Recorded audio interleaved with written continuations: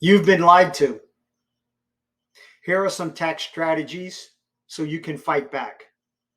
Yes, you've been lied to your whole life. We've all been lied to. We've been told such things as it's like money in the bank. Save your money and defer the taxes until you're in a lower tax bracket. Don't worry about the market, it will come back.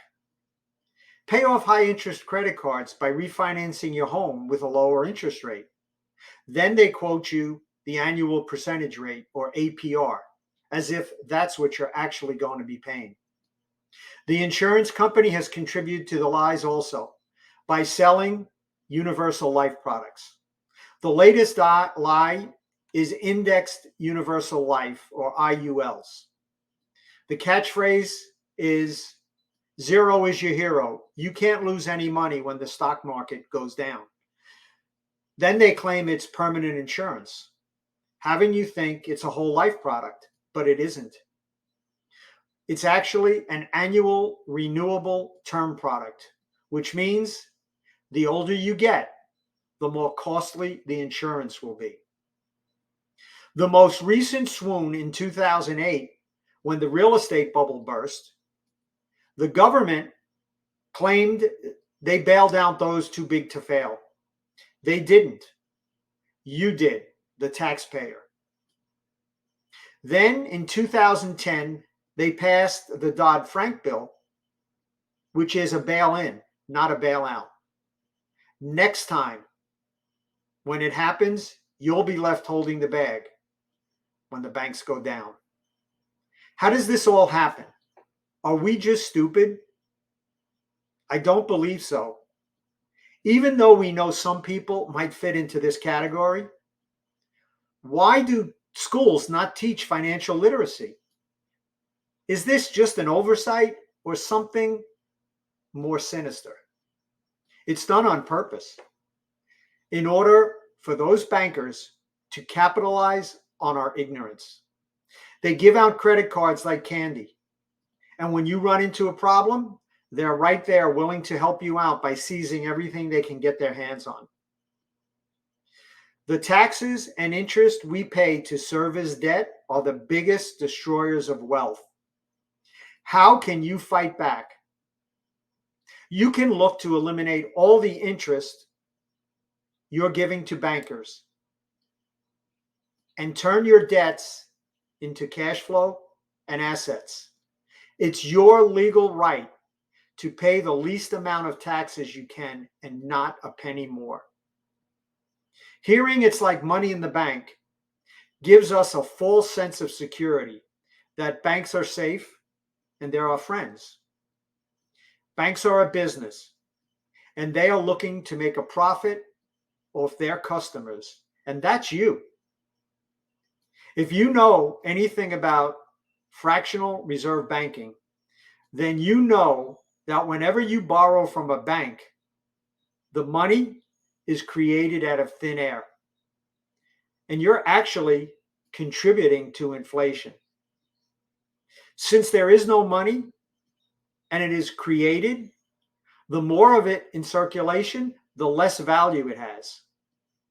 This means it will take more of it, more money, to purchase the same things you did last month. You've heard of the Federal Reserve banking system. Most people think it's part of the government. However, there is no federal, there is no reserve, there is no bank, and there is no system. This whole scam is run by private banks for the benefit of the owners of those banks. On August 15th, 1971,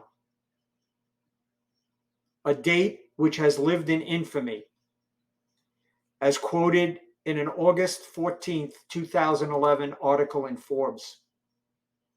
This is the date that the last country on this planet moved to fiat currency.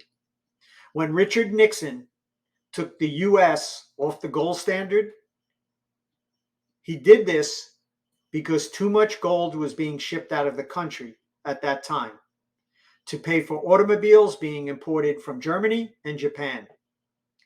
He promised it was temporary, but maybe he meant his presidency was temporary. They didn't call him Tricky Dick for nothing.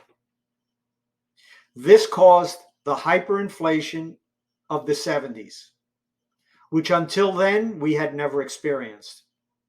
Since then, the dollar has weakened because there's nothing backing up all the dollars being printed as bills or placed in bank statements. So what is the answer? The answer is financial literacy. Learn the difference between liabilities and assets. Put your money in a place that you own and control and can access without penalty and tax consequences. Realize that saving money in a bank is not helping you because money is now actually debt. Look at any US currency, and at the top it states it is a Federal Reserve banknote. Before 1971, it was backed by gold or silver. No more. Now it is backed by faith in the US government. Does that make you squirm just a little? You can learn the principles of the infinite banking concept discovered by the late R. Nelson Nash, who founded the concept in 1980 through his own financial crisis created by real estate investing. In 2000, he wrote his now famous best-selling book, Becoming Your Own Banker, Unlocking the Infinite Banking Concept. If you would like to become your own banker and eliminate all of your debt, including your mortgage and student loans in 9 years or less without any additional spending, and be in control of the banking function in your life, you can contact me, Bill Curtis, 561-571-5360, or you can email me, bill@creatingwealthfromlife.com.